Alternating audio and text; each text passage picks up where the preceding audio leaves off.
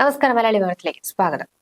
ഭാര്യയെ വെടിവെച്ച് കൊലപ്പെടുത്തിയ ശേഷം ഭർത്താവ് സ്വയം വെടിയുതിർത്ത് മരിച്ച സംഭവത്തിൽ കൂടുതൽ വിവരങ്ങൾ പുറത്തുവരികയാണ്. വണ്ടാഴി കിഴക്കേത്തറ ഏറാട്ടുകുളമ്പ് കൃഷ്ണകുമാർ, ഭാര്യ സംഗീത എന്നിവരാണ് മരിച്ചത്. കൃത്യം നടത്താനായി കൃഷ്ണകുമാർ ഉപയോഗിച്ചത് അനധികൃത നാടൻ തോക്കുകളാണെന്നാണ് കണ്ടെത്തിയിട്ടുള്ളത്. നീളം കൂടിയ 12 ബോർ തോക്കിന്റെ മാതൃകയിൽ അനധികൃതമായി നിർമ്മിച്ച തോക്കാണെന്ന് ജില്ലാ ആർമർ വിഭാഗം നടത്തിയ പരിശോധനയിലാണ് സ്ഥിരീകരിച്ചത്. ഇവർ നൽകിയ റിപ്പോർട്ടിന്റെ അടിസ്ഥാനത്തിൽ ആയുധ നിയമപ്രകാരം മംഗലം ഡാം പോലീസ് കേസെടുത്തു. ജില്ലാ ആംസ് വിഭാഗം SI V Shivakumar, CPO A Arun എന്നിവർ മംഗലം ഡാം സ്റ്റേഷനിലെത്തി തോക്ക് പരിശോധിച്ചു. നാടൻ തോക്കാണെന്ന് സ്ഥിരീകരിക്കുകയായിരുന്നു. കാഴ്ചയിൽ എയർഗൺ ആണെന്ന് തോന്നുമെങ്കിലും 12 ബോർ തോക്ക് പോലെ ഉപയോഗിക്കാവുന്നതാണെന്നും ഇതേ തിര തന്നെയാണ് ഇതിലും ഉപയോഗിച്ചിട്ടുള്ളതെന്നും 50 സെന്റിമീറ്റർ മാത്രം നീളമുള്ള തോക്ക് 2 ഭാഗങ്ങളാക്കി ചെറിയ ബാഗിൽ പോലും കൊണ്ടുപോകാൻ പറ്റുന്ന തരത്തിലുള്ളതാണെന്നും അവർ പറഞ്ഞു. വീട്ടിൽ ലൈസൻസ് ഉള്ള തോക്കുണ്ട് എങ്കിലും സൗകര്യത്തിന് വേണ്ടിയാകാം കൃഷ്ണകുമാർ വ്യാജ തോക്ക് സംഘടിപ്പിച്ചത്. അനധികൃതമായി തോക്ക് സംഘടിപ്പിച്ചത് എവിടെ നിന്നാണെന്നും ഇതിൽ ഉപയോഗിക്കാനുള്ള തിര സംബന്ധിച്ചും ആംസ് ആക്ട് പ്രകാരം കേസെടുത്ത പോലീസ് അന്വേഷണം തുടങ്ങിയിട്ടുണ്ട്. തിങ്കളാഴ്ച രാവിലെയാണ് നാടിനെ ഞെട്ടിച്ച സംഭവം അരങ്ങേറിയത്.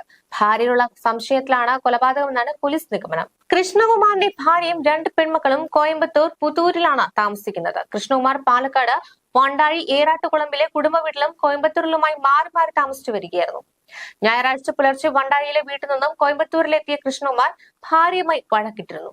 തുടർന്ന് വെടിവെച്ച് കൊലപ്പെടുത്തുകയായിരുന്നു. ശേഷം കാറിൽ രാവിലെ 9 മണിയോടെ പാലക്കാട് തിരിച്ചെത്തിയ കൃഷ്ണകുമാർ വീടിന്റെ ഗേറ്റിന് സമീപത്ത് വെച്ച് ഇതേ തോക്ക് ഉപയോഗിച്ച് നെഞ്ചിൽ സ്വയം വെടിയുതിർക്കുകയായിരുന്നു. ആ സമയം കൃഷ്ണകുമാറിന്റെ അച്ഛൻ സുന്ദരനും അമ്മ സരോജിനിയും വീട്ടിലുണ്ടായിരുന്നു. ശബ്ദം കേട്ട് പുറത്തിറങ്ങിയപ്പോഴാണ് സംഭവം അറിഞ്ഞത്. അവർ ഉടൻ തന്നെ പോലീസിൽ വിവരം അറിയിക്കുകയായിരുന്നു. മരിക്കും മുമ്പ് സുഹൃത്തുക്കളെയും ബന്ധുക്കളെയും വിളിച്ച് താൻ ഭാര്യയെ കൊന്നെന്നും മരിക്കാൻ പോവുകയാണെന്നും കൃഷ്ണകുമാർ പറഞ്ഞിരുന്നു. കോയമ്പത്തൂർ കോവിൽപ്പാളയം ഇന്ത്യൻ പബ്ലിക് സ്കൂളിലെ ജീവനക്കാരിയായിരുന്നു സംഗീത.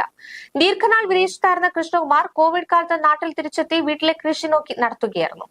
അച്ഛന് സുഖമില്ലാത്തതിനാലാണ് കൃഷ്ണകുമാർ പാലക്കാട്ടെ വീട്ടിൽ താമസിച്ചിരുന്നത്. സംഗീതയ്ക്ക് മറ്റൊരു ബന്ധമുണ്ടെന്ന് ആരോപിച്ച് കൃഷ്ണകുമാർ അവരുമായി നിരന്തരം വഴക്കിട്ടിരുന്നു. 9 മണിയോടെ വണ്ടാഴിയിലെ വീട്ടിലെത്തിയ ഇയാൾ ബന്ധുക്കളെയും സുഹൃത്തുക്കളെയും എല്ലാം വിവരം അറിയിച്ച ശേഷം നെഞ്ചിലേക്ക് സ്വയം നിറയൊഴിക്കുകയായിരുന്നു. സംഗീതയ്ക്ക് മറ്റൊരാളുമായുള്ള ബന്ധമാണ് സംഭവത്തിലേക്ക് നയിച്ചതെന്ന് പോലീസ് പറയുന്നുണ്ട്. Mangalam dam police inspector S Aneesh, SI KA Shaju എന്നിവരുടെ നേതൃത്വത്തിലാണ് കേസന്വേഷണം.